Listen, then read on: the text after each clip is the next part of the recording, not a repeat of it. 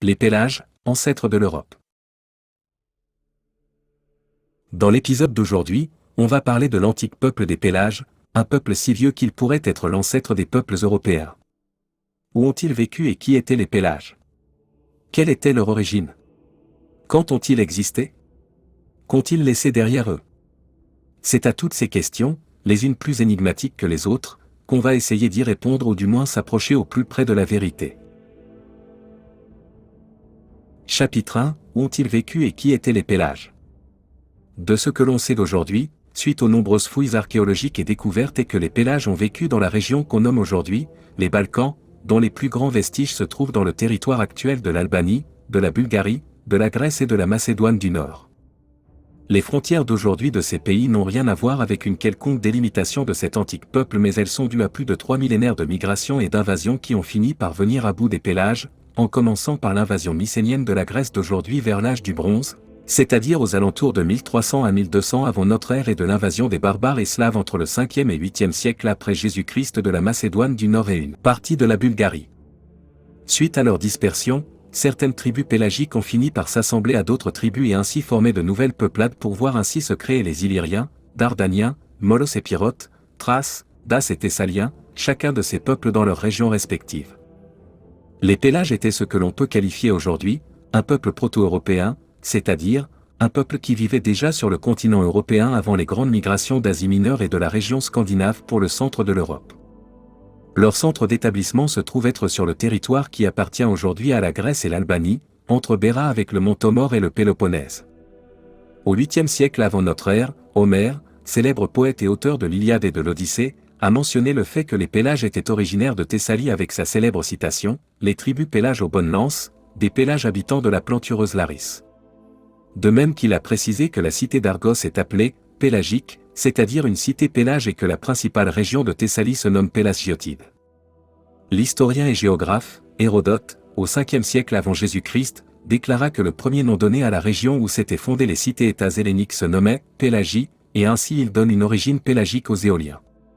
Tandis qu'il cite Hécatée de Milet, auteur de la première carte du monde hellénique au 6e siècle avant notre ère, les Athéniens ne sont pas pélagiques, ils ont chassé les Pélasges des terres basses qu'ils occupaient encore au pied de l'acropole, parce que, sur l'acropole, rien ne poussait et ils n'avaient rien à manger.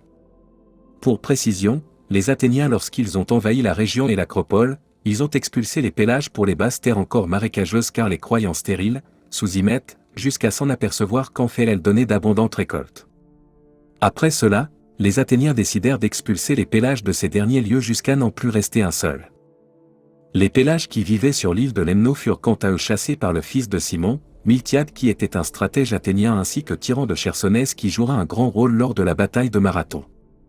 A contrario de la région hellénique où les Pélasges furent en premier lieu envahis par les Mycéniens puis chassés de chez eux par les descendants de ces derniers, les Hellènes, dans la région illyrienne, voire Albanie, Kosovo, Macédoine du Nord, Monténégro et sud de la Serbie, berceau du peuple albanais, les autres tribus Pélasges vivaient en harmonie. Lorsque les réfugiés commençaient à affluer en direction du nord, ils furent accueillis par leurs semblables qui y vivaient déjà depuis des millénaires, et avec ces nouveaux échanges qui eurent lieu, ils finirent par créer les civilisations que l'on connaît un peu mieux, la civilisation illyrienne, épirote, dardanienne, macédonienne, thrace et dace. Durant le 1er siècle avant notre ère, plus précisément en l'an 30 avant Jésus-Christ, l'historien Diodore de Sicile affirma que les lettres qu'on nomme phéniciennes, en réalité ce sont les Pélasges qui étaient les premiers à les avoir utilisées et qu'elles portaient à la base le nom de lettres pélagiennes, car, les Phéniciens, qui sont connus comme un peuple navigateur et commercial, lors de ces échanges avec la région des Balkans, ils prirent connaissance du peuple Pélage et stupéfaits par leur système d'écriture, la leur empruntèrent, puis après la disparition de ces derniers, le seul peuple restant à utiliser ce système d'écriture furent les Phéniciens, et avec l'émergence des nouvelles civilisations, ils leur attribuèrent l'écriture en question.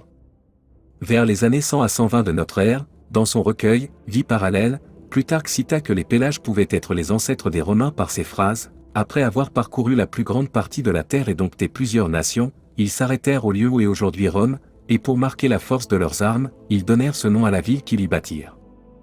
Au IIe siècle de notre ère, le voyageur et géographe Pausania le Périégète cite le poète Asius où ce dernier parle d'un certain Pélasgo qui aurait été le tout premier homme à avoir débarqué en Arcadie. Aujourd'hui en linguistique, on recommande de parler plutôt d'un peuple proto-indo-européen en ce qui concerne les Pélasges. C'est la fin de ce premier chapitre qui nous a permis d'en apprendre un peu plus sur ce peuple énigmatique que sont les Pélasges. Je vous donne rendez-vous la semaine prochaine pour la suite et si le contenu vous a plu, n'hésitez pas à donner votre avis en commentaire et éventuellement un petit pouce bleu fera plaisir.